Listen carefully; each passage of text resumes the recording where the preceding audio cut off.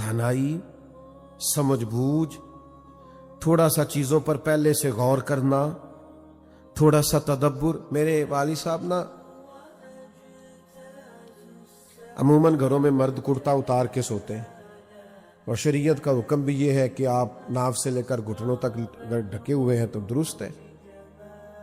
تو کرتا اتار کے ابا جی سویا کرتے تھے، تو والدہ کہتی ہیں پھر کافی عرصہ بعد انہوں نے نا کرتے سمیت، سخت گرمی، اے سی شیسی کا تصور نہیں، غریب گھر، تو کرتے سمیت سونے لگ گئے۔ تو ان سے کہا کہ آپ کرتا کیوں نہیں اتارتے؟ تو کہنے لگے بیٹیاں بڑی ہو گئی ہیں گھر میں۔ اب یہ دانائی کے خلاف ہے کہ انسان اس طرح لباس کے ساتھ، میری بات کو سمجھو، اگر سمجھ آئے۔ میں اس بھائی کو اب کیسے سمجھاؤں جس کی بہن جوان ہے اور وہ شارٹ لباس پہنتا ہے؟ کیسے سمجھاؤں اسے کہ یہ تیرا یہ انداز درست نہیں ہے، تجھے معاملہ فہم اور مدبر ہونا چاہیے۔ میں تمہیں کیسے سمجھاؤں کہ شخصیت کا نکھار حکمت میں ہے، سمجھ بوجھ میں، دانائی میں ہے۔ کچھ باتیں کرنے کی نہیں ہوتی، بولنے کی نہیں ہوتی، عمل کرنے کی ہوتی۔ یاد رکھیے گا کہ حضور علیہ الصلوۃ والسلام نے اس حکمت کو اتنا پسند فرمایا، اس کی اتنی تعریف کی کہ کریم فرمانے لگے حکمت مومن کی گمشدہ میراث ہے، یہ تمہیں جہاں سے ملے اسے حاصل کرو۔ نبی کریم علیہ الصلوۃ والسلام کا کمال یہ ہے کہ حضور نے قرآن مجید کے ساتھ ساتھ ہمیں حکمت، دانائی سکھائی۔ میں اور آپ آج جن مسائل کا شکار ہیں ان میں ایک مسئلہ یہ ہے کہ بہت سارے لوگوں کے پاس الا ماشاء اللہ علم ہوتا ہے، حکمت نہیں ہوتی۔ بہت سارے لوگوں کے پاس اسپیکنگ پاور ہوتی ہے، گفتگو کرنے کا سلیقہ اور ملکہ ہوتا ہے، لیکن حکمت نہیں ہوتی۔ بہت سارے لوگ ایسے ہیں جن کے پاس اقتدار ہوتا ہے، اللہ تعالیٰ نے انہیں منصب عطا کیا ہوتا ہے، لیکن حکمت نہیں ہوتی، دانائی نہیں ہوتی۔ بہت سارے لوگ ایسے ہیں جن کے پاس بہت سارا سرمایہ ہوتا ہے، اللہ نے اپنے فضل سے انہیں ڈھیر سارا مال دیے رکھا ہوتا ہے، اور جائز بھی ہوتا ہے، لیکن دانا نہیں ہوتے، حکمت نہیں ہوتی۔ میں نے عرض کیا کہ قرآن مجید کے ساتھ ساتھ قرآن مجید فرماتا ہے کہ نبی پاک علیہ السلام نے حکمت کا سبق دیا ہے۔ جلد بازی، جذباتیت اور بے صبری اور کم حوصلہ اور شدت طبیعت کی، یہ گھروں کے اندر بھی نقصان کرتی ہے، محکموں میں بھی نقصان کرتی ہے، دفاتر میں بھی نقصان کرتی ہے، دینی کاموں میں بھی نقصان کرتی ہے۔ ہمارے سارے ماحول کو جو چیز پورے طور پر متاثر کرتی ہے وہ یہ ہے کہ ہم حکمت سے خالی ہوتے ہیں۔ بیٹا موبائل نے تو ادھر ہی رہنا یار، ہم نے چلے جانا ہے، تھوڑی دیر بات سنیں، ہمارا خیال تھا ہم آپ سے بات کریں گے، آپ ہم سے کریں گے، آپ نے بیچ میں موبائل کھڑا کر لیا۔ چند دوست بنا لیں، باقی بات سنیں، اللہ تعالیٰ ڈھیروں برکت عطا کرے۔ اور یہ ماشاءاللہ کافی سارے کیمرے لگے ہوئے ہیں، میرے خیال ہے دے دیں گے یہ سب کو۔ دوستو سمجھیے گا اور غور کیجئے گا، بچے بگڑ جاتے ہیں بعض گھروں میں، ان کی سوچیں بگڑ جاتی ہیں۔ حکمت یہ ہے کہ کبھی بھی اپنے بچے کو کسی اور کے سامنے نہ سمجھائیں۔ حضور نے فرمایا اولاد کا اکرام کرو، اپنی اولاد کی عزت کرو، کسی شخص کے سامنے اپنے بچوں کے عیب بیان نہ کریں، اور انہیں کسی کے ساتھ ان کا کمپیریزن نہ کریں، مقابلہ نہ کریں کہ فلانے کے بچے کہاں چلے گئے۔ آپ نے تو شاید ایک جملہ بولا ہے، یہ احساس کمتری کا شکار ہو جائے گا۔ اس کی نہایت سمجھداری کے ساتھ غیر محسوس طریقے سے تربیت کریں۔ ایک بچے کو دم کرانے کے لیے ایک دفعہ ایک بزرگ لے آئے، تو وہ مجھ سے کہنے لگے اس کے باقی بہن بھائی بڑے اچھے ہیں، یہ ضدی بھی زیادہ ہے، نافرمان بھی زیادہ ہے، سخت مزاج بھی زیادہ ہے، فلاں فلاں فلاں فلاں معاملات میں۔ تو میں نے ان سے کہا کہ یہ آپ کیا کہہ رہے ہیں؟ اگر فی الفرض آپ کے بچے کے اندر یہ ساری کمزوریاں موجود بھی ہیں تو پھر بھی آپ کو اسے پتہ ہی نہیں چلنے دینا چاہیے تھا۔ غیر محسوس طریقے سے آپ اس کی تربیت کرتے، اسے خبر ہی نہ ہوتی۔ غور فرمائیے گا میری بات پر۔ نبی پاک علیہ الصلوۃ والسلام جب کسی کی تربیت کرتے تھے نا، سیرت کا عنوان ہے نا چونکہ، تو حضور کبھی کسی کو نامینیٹ کر کے بات نہیں کرتے تھے۔ یعنی اگر کسی شخص کی طرف سے کوئی شکایت موصول ہوئی تو کسی ایک آدمی کی ہوئی ہے نا، تو حضور جانتے ہیں کہ کس کی بات ہے۔ لیکن کریم محبوب کا مقدس طریقہ یہ تھا کہ حضور جب سمجھاتے تو نام لے کے نہیں، بلکہ فرماتے لوگوں کو کیا ہو گیا ہے، اب انہوں نے اس طرح کرنا شروع کر دیا ہے۔ اللہ کرے آپ سمجھیں، یعنی تربیت بھی ہو جاتی، پردہ بھی رہ جاتا۔ پردے کھول کے کسی کی آپ تربیت، حضور نے فرمایا جس نے اپنے بھائی کو لوگوں کے سامنے سمجھایا اس نے تو اسے رسوا کیا ہے۔ بچوں کی تربیت کریں، اس طرح کریں کہ انہیں پتہ ہی نہ چلے ہماری تربیت ہو رہی ہے۔ آپ اگر یہ کہیں گے کہ باقی ٹھیک ہے تو ٹھیک نہیں، تو وہ تو شروع میں اس کا ذہن بن جائے گا کہ میں اپنے بہن بھائیوں سے الگ ہوں۔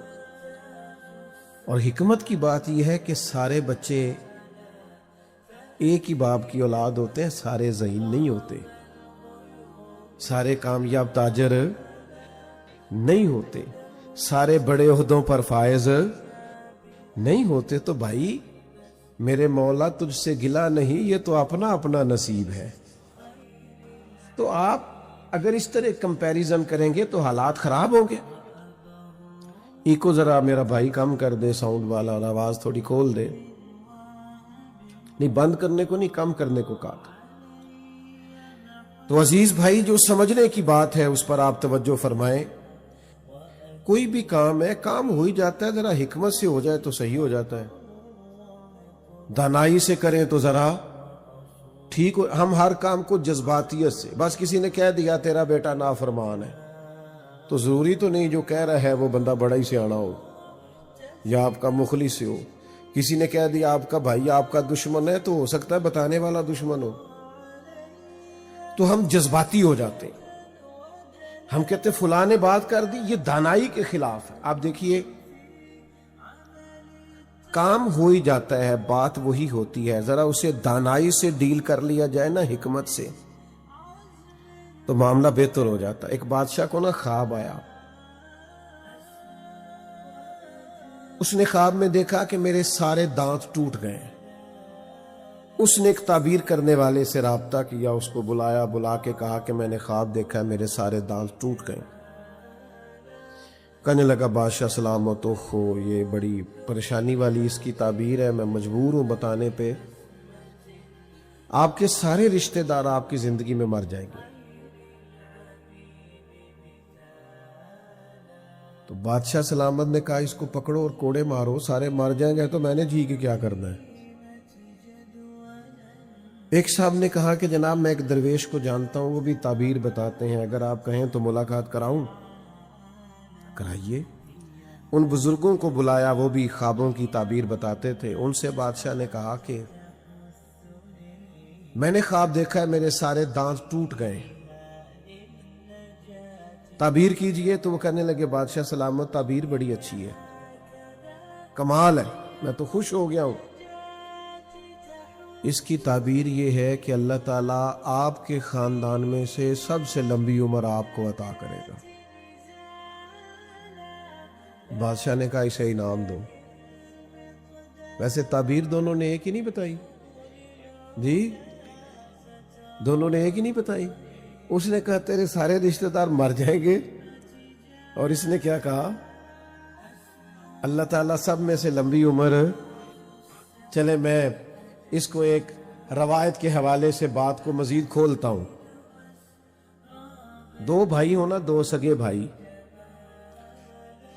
تو بڑا پڑھ نہیں سکا، اور پڑھ نہیں سکا تو بڑی نوکری بھی نہیں، بڑی نوکری نہیں، بڑا کاروبار بھی نہیں تو پیسے بھی نہیں۔ چھوٹے کی تعلیم بھی زیادہ ہے، اس کی نوکری بھی بڑی ہے، عہدہ بھی بڑا ہے، اور اس کے پاس سرمایہ بھی زیادہ ہے۔ اب دو بندے، دو سگے بھائی ہیں، تو کسی بندے نے ان سے پوچھا کہ آپ میں سے بڑا کون ہے؟ تو بھئی اس کا بالکل واضح مطلب ہے کہ نہ وہ ڈگری پوچھ رہا ہے، نہ پیسے پوچھ رہا ہے، عمر ہی پوچھ رہا ہے نا۔ جب دو بھائیوں سے پوچھا جائے بڑا کون ہے تو کیا چھوٹا کہے گا میں بڑا ہوں؟ کیا بات ہوتی جی، یہ بڑے ہیں اور میں۔ پوچھنے والا عمر پوچھتا ہے، عہدہ، ڈگری، سرمایہ۔ بات میرا خیال ہے آپ سمجھ گئے۔ اب دیکھیے، حضرت عباس رضی اللہ تعالیٰ عنہ نبی کریم علیہ السلام کے چچا ہیں، حضور کے چچا ہیں۔ کسی نے ان سے پوچھا کہ آپ بڑے ہیں کہ نبی کریم صلی اللہ علیہ وسلم؟ یہ ذرا انداز دیکھیے۔ اچھا، پوچھنے والا عمر پوچھ رہا ہے کیونکہ وہ بھی جانتا ہے حضور امام الانبیاء ہے، وہ بھی جانتا ہے کہ نبی کریم اللہ کے محبوب مطلق ہے۔ پوچھنے والا پوچھ عمر ہی رہا تھا، وہ عمر کے بارے میں ہی سوال کر رہا تھا، وہ عہدہ، منصب، فضائل کی بات نہیں کر رہا تھا۔ فضائل تو وہ بھی جانتا تھا، جگ جانتا ہے، لیکن یہ حضرت عباس ہے نا، جواب دیکھو کتنی حکمت والا ہے۔ چچا ہے حضور کے، پوچھنے والے نے پوچھا آپ بڑے ہیں کہ نبی کریم علیہ السلام؟ تو کیا حسن ہے، کیا خوبصورتی ہے، کیا موتیوں کی لڑی ہے، کیا بات میں سلاست اور روانی ہے۔ حضرت عباس رضی اللہ تعالیٰ عنہ فرمانے لگے، اور پوچھنے والے کیا پوچھا، میں بڑا ہوں کہ محبوب بڑے ہیں؟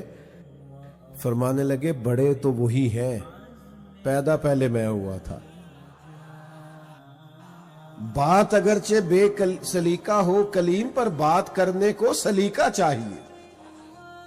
بڑے وہی ہیں اور وہی رہیں گے اور وہی ہیں، بعد از خدا بزرگ توئی قصہ مختصر، پیدا پہلے میں ہوا تھا۔ بہت سارے لوگ کہتے ہیں جی میں نے سچی بات ہی کی ہے، آپ کو بری لگ گئی ہے، میں نے سچی تو بھائی سچی بات بھی ذرا حکمت سے کرنی چاہیے،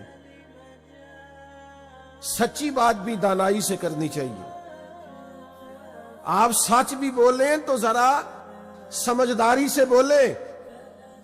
کچھ لوگ نا لوگوں کو نماز کی دعوت دیتے ہیں، کتنا بڑا سچ ہے نماز، وہ پڑھ لے کرو نماز، دینے پیسے کتنے کھٹنے نہیں، تو یہ آپ نے دعوت دی ہے، یہ تو آپ نے طنز کیا ہے۔ وہ کہتا ہے جناب آپ نے اپنی قبر میں جانا اور میں نے، لیکن اگر ہمیں ذاتی کام پڑ جائے پھر ہم اس طرح دعوت نہیں دیتے۔ دین کی دعوت دی تو تنقید کر کے، اور تو نماز ہی نہیں پڑھتا، کدھر لے جانے اتنے پیسے؟ لیکن اگر ہمیں ذاتی کام ہو، کسی سے 50,000 ادھار لینا ہو، پھر اس طرح نہیں کہتے، پھر اس کو فون کر کے کہتے ہیں بھائی ملنا تھا، وہ کہتا میں تو دور ہی بڑی ہوں۔ کہتے کب آؤ گے؟ کہتا نہیں مجھے ضروری کام ہے، تو کہتا میں تو دیر سے آؤں۔ تو جب بھی آئے گا بتانا، تو وہ کہتا تو فون پہ بتا، کہتا فون والی گل ہی نہیں۔ وہ کہتا تو بات کر یار، حکم کر، کہتا نہیں فون والی بات نہیں، مجھے میل ہے۔ پر اس کو ملتا ہے، پھر مل کے منت کرتا ہے۔ پہلے تو کہتا ہے دنیا میں تیرے علاوہ سخی کوئی نہیں معاذ اللہ، میں نے سب سے پوچھ لیا، تو ہی سب سے اچھا ہے، کھول کے تعریفیں۔ پھر وعدہ کرتا ہے میں وقت پر واپس بھی کر دوں گا۔ اتنی ساری کہانیاں سنانے کے بعد کہتا ہے مجھے 50,000 کی ضرورت ہے۔ جب تو نے اپنے حق میں قائل کرنا تھا تجھے سارے طریقے آتے تھے، اور جب رب رسول کے حق میں قائل کرنا تھا تو تجھے کسی حکمت کا پتہ ہی نہیں۔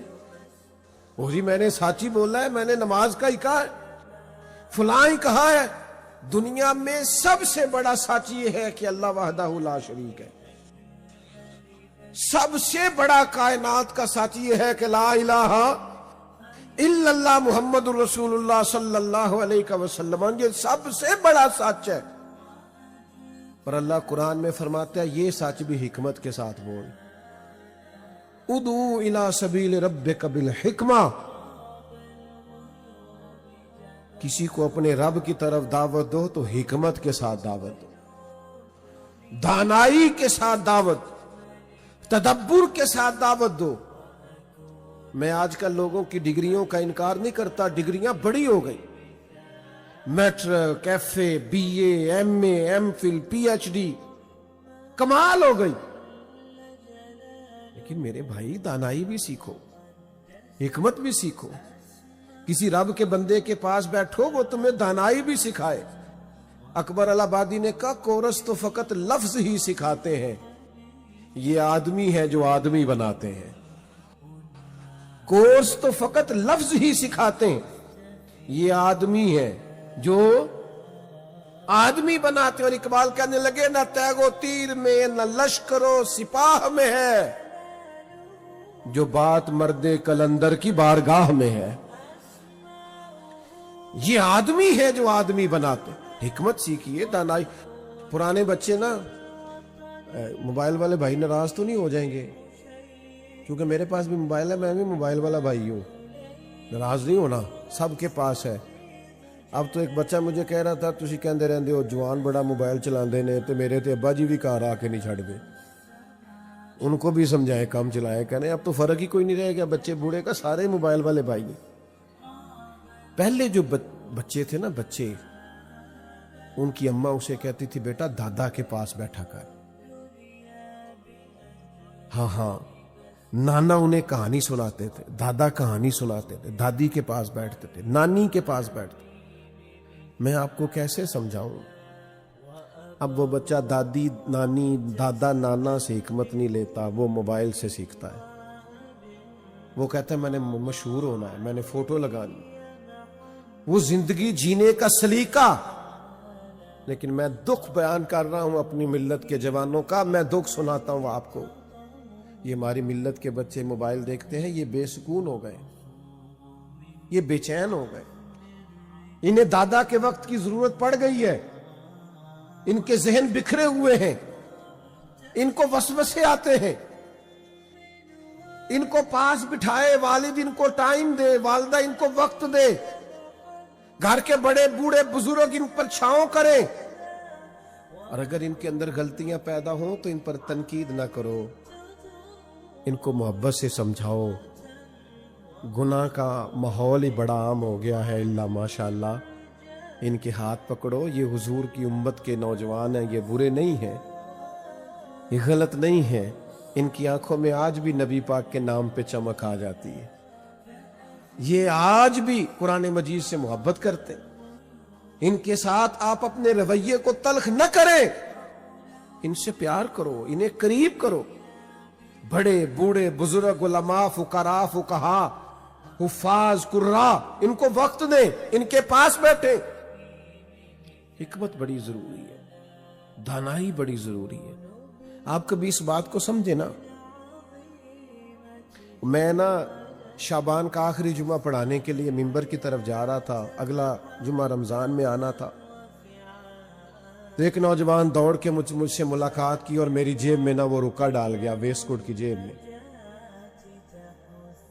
تو میں نے وہ رکا کھول کے پڑھا، کہنے لگا جمعہ پڑھانے سے پہلے، شروع کرنے سے پہلے رکا دیکھ لیجئے گا۔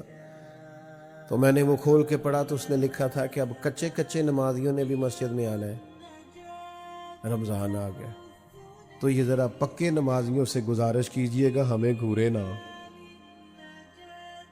یہ گھورے نہ، ہمیں آنے دیں، یہ ہمارے لیے گنجائش بنا، یہ درد ہے، آنے تو دو نا۔ آج تو یہ اختیار کسی کے پاس نہیں، عالم، مفتی، پیر، درویش، محدث، کسی کے پاس نہیں، لیکن نبی پاک شارع ہے نا، تو مسند امام احمد بن حنبل پڑھو، میرے نبی پاک کی حکمت دیکھو۔ ایک نوجوان نے کہا تھا یا رسول اللہ میں اس شرط پہ کلمہ پڑھوں گا کہ نمازیں صرف 2 پڑھوں گا،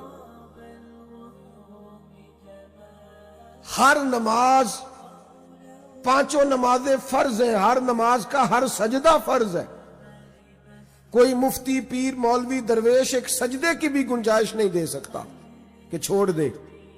اس نے عرض کی حضور میں 2 نمازیں پڑھوں گا، اجازت دیتے ہیں تو کلمہ پڑھتا ہوں۔ یہ ہے میرے محبوب کی حکمت۔ فرمایا تو 2 ہی پڑھنا، کلمہ پڑھ صحیح۔ آدھا شارحین حدیث نے لکھا ہے وہ جو 2 نمازوں کی شرط پہ مسلمان ہوا تھا وہ بعد میں تہجد بھی پڑھا کرتا تھا. تو آنے تو دو نا بھائی، آنے تو دو، داخل تو ہونے دو مسجد میں، پہنچنے تو دو، مہربانی تو کرو، ہاتھ تو تھامو. تنقید کرنا آسان ہے، اور تامی چاہیے کہ اگر وہ بجھی نہ تو کہیں ہمارے گھر نہ آ جائے. ان بچوں کی تربیت کرو جو گلی محلے کے ہیں. آپ کے بچوں نے قیدی بن کے نہیں جینا، کسی کو تو دوست بنانا ہے، تو پورے ماحول کو درست کرنے کی کوشش کرو. ویسے بھی وہ بچے غیروں کے نہیں، سارے ہمارے اپنے ہی ہیں، سارے محلے کے، گلی کے، گاؤں کے، اب بستی کے بچے اپنے. حکمت، دانائی، تدبر، معاملہ فہمی. اور بڑوں کو گزارش کروں گا کہ وہ بھی دانا بنے. جوانوں سے بھی کہوں گا جذباتی فیصلے، جذباتی رائے اور 1.5 منٹ کا کلپ سن کے تو جذباتی ہو جانا اور ہر کسی کے پیچھے لگ جانا. تھوڑے اپنی طبیعت میں دانائی پیدا کرو، چیزوں کو پرکھا کرو، سوچا کرو، حکمت کے ساتھ معاملات کو لیا کرو. آپ غور کیا کرو کہ زندگی کی اصل راز کیا ہے، ہمیں کس طرف جانا ہے.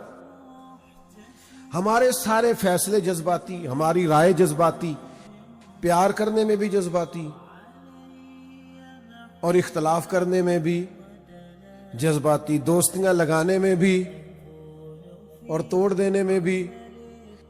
جب دوستی لگانی ہے، کاروبار کرنا ہے تو پھر کہنا ہے میری ہر چیز تیری ہے اور تیری ہر چیز. 6 مہینے کے بعد لڑائی ہو جاتی. پھر کہتے ہیں وہ جو گئے تھے نا پنڈی تو رستے میں جو چائے پی تھی اس کے بھی آدھے پیسے تیرے بنتے. کورے ورک کتاب نہیں ہوندے، پتھر دل گلاب نہیں ہوندے، اور سجنا پہلو ہی سوچ کے لائیں پھر یارہ نال حساب نہیں ہوندے. سجنا پہلو ہی سوچ کے لائیں پھر یارہ نال حساب نہیں ہوندے. اپنی زندگی کے اندر آپ حکمت سے، تدبر سے لے کے چلیں، نبھائیں اور اپنی طرف سے آپ اپنی طرف سے نبھائیں. سامنے والے پر توقع نہ رکھیں، لیکن تدبر ہو، سمجھ ہو، چیزوں کو پرکھنا آتا ہو، غور کرنا آتا ہو، معاملہ فہمی ہو. آج بہت سارے نقصان سے بچا جا سکتا ہے صرف حوصلہ کر کے، تھوڑا ٹائم دے کے، تھوڑا کنارہ. میں کئی دفعہ ادارے میں آتا ہوں نا، مدرسے میں، میں سیڑھیاں چڑھنے لگتا ہوں تو دیکھتا ہوں بچے کھیل رہے ہیں، میں واپس گھر چلا جاتا ہوں. میں کہتا ہوں میرے جانے سے ان کی کھیل خراب ہو جائے گی. یہ کہیں گے کہ مطلب آ گئے ہیں تو اب پیر صاحب آ گئے، حضرت آ گئے، چھوڑو. دانائی یہ ہے کہ جو کھیل رہا ہے نا اسے کھیل لینے دو، مفت کا پریشر نہ ڈالو. جو خوش ہے جائز طریقے سے اسے خوش ہونے دو، مفت کا خوف نہ پیدا کرو. دانائی، تدبر ہماری اولادیں ہیں، ان کو پنپنا ہے، ان کو آگے بڑھنا. بزرگوں نے لکھا ہے استادوں کے بارے میں، اگر یہاں کوئی استاد، کوئی ٹیچر، کوئی پروفیسر کھڑے ہیں تو پیشگی معذرت کے ساتھ، انہوں نے لکھا ہے گھر میں لڑائی ہو جائے تو کلاس میں جا کے سبق نہ پڑھاؤ.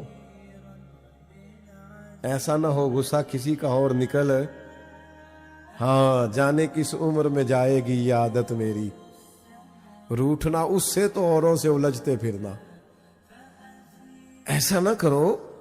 آپ نارمل حالات میں کلاس پڑھائیں. ایسا نہ ہو کہ وہ بیچارہ، وہ غصہ کسی کا ہوتا ہے، نکل بیچارے ملازم پہ جاتا ہے، نکل بیچارے ماتحت پہ جاتا ہے. افسر صاحب کو جلال کسی اور پہ آیا ہوا ہے اور نکل کسی اور پہ گیا. تو یہ دانائی کے خلاف، تدبر کے خلاف، سمجھ بوجھ کا. دیکھو میرے رسول پاک کی شان، دیکھو میرے نبی پاک کا کمال. جب قریش مکہ نے بیت اللہ شریف دوبارہ سے تعمیر کیا نا تو پہلے بڑے اتفاق سے پیسے جمع کیے، اعلان ہوا صرف حلال پیسے لائے، جس کا ذرا شک ہے اس کے بھی پیسے قبول نہیں کرنے. پہلے بڑی محبت سے پیسے اکٹھے کیے، بیت اللہ شریف کی تعمیر کی، اور جب باری آئی نا حجر اسود لگانے کی تو لڑ پڑے. کچھ بندے منٹ نہیں لگاتے لڑنے میں، لڑ پڑے. 12 قبیلے تھے اور کچھ نے تو